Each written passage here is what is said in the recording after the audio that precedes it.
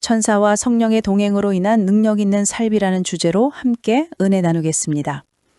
미국 킬럼 커뮤니티 교회에서 많은 분들이 은혜를 받으시어 삶의 지혜를 얻고 새로운 삶을 살게 되었던 손동환 박사님의 바이블 메시지 내용입니다. 손동환 박사님이 말씀하셨죠. When we walk with the guidance of angels and the Holy Spirit, our lives are transformed into a powerful testimony of God's grace. 이 말씀은 천사와 성령의 인도하심을 받을 때 우리의 삶이 하나님의 은혜의 증거로 변화된다는 뜻입니다. 이 주제는 우리의 일상에서 하나님의 임재를 경험하며 능력 있는 삶을 살아가는 데 큰 영감을 줍니다. 맞습니다. 천사와 성령의 동행은 단순히 신비로운 경험이 아니라 우리 삶을 실제로 변화시키는 힘입니다.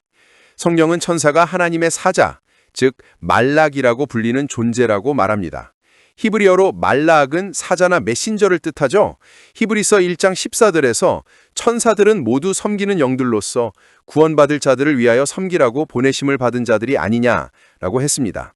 천사는 하나님의 뜻을 전달하고 우리를 보호하는 역할을 합니다. 천사의 역할은 정말 중요합니다. 성경에서 천사는 종종 위기 속에서 하나님의 백성을 돕죠. 예를 들어 다니엘서 6장에서 다니엘이 사자굴에 던져졌을 때 하나님께서 천사를 보내셔서 사자의 입을 막으셨습니다. 다니엘은 이렇게 고백했죠. 나의 하나님이 이미 그의 천사를 보내사 사자들의 입을 봉하셨으므로 라고요. 이처럼 천사는 하나님의 보호와 인도를 상징합니다. 그렇죠. 그리고 성령은 우리 안에 내주하시며 하나님의 뜻을 깨닫게 하십니다. 요한복음 16장 13절에서 예수님께서 말씀하셨죠.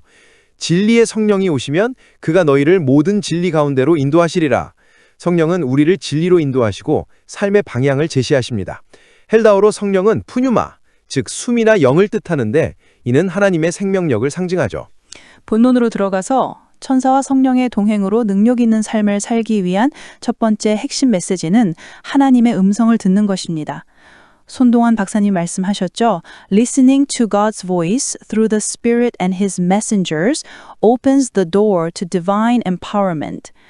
하나님의 음성을 듣는 것은 성령과 천사의 인도를 통해 가능합니다.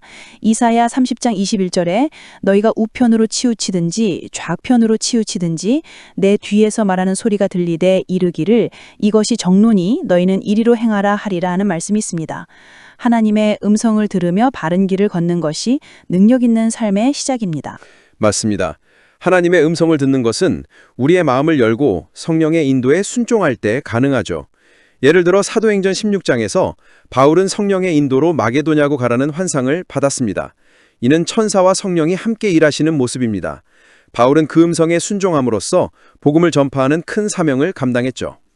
두 번째 핵심 메시지는 천사와 성령의 보호 아래 담대함을 갖는 것입니다. 손동환 박사님 말씀하셨습니다.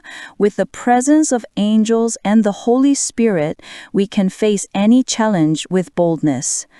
천사와 성령의 동행은 우리가 두려움을 이기고 담대하게 살도록 힘을 줍니다.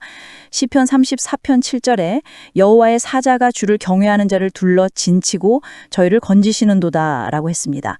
천사의 보호는 우리에게 담대함을 줍니다. 이 말씀은 참 위로가 됩니다.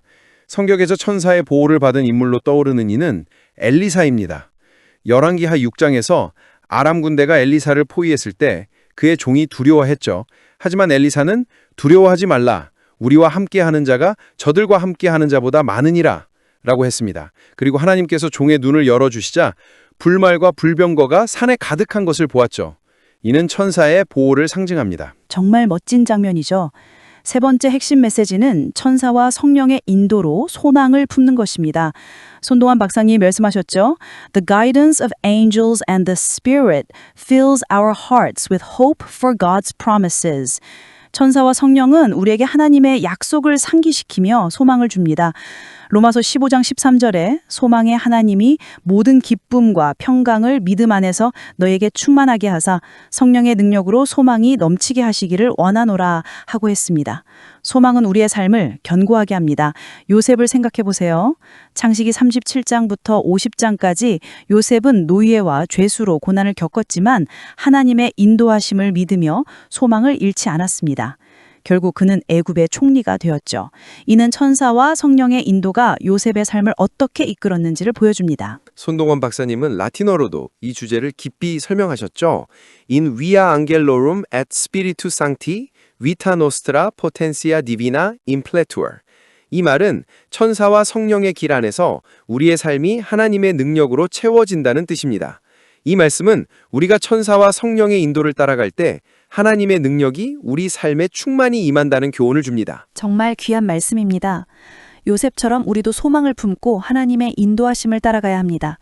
말씀을 듣고 생활에 적용할 수 있는 실천 포인트 3가지입니다. 첫째, 매일 기도와 말씀 묵상으로 하나님의 음성을 듣는 습관을 가집시다.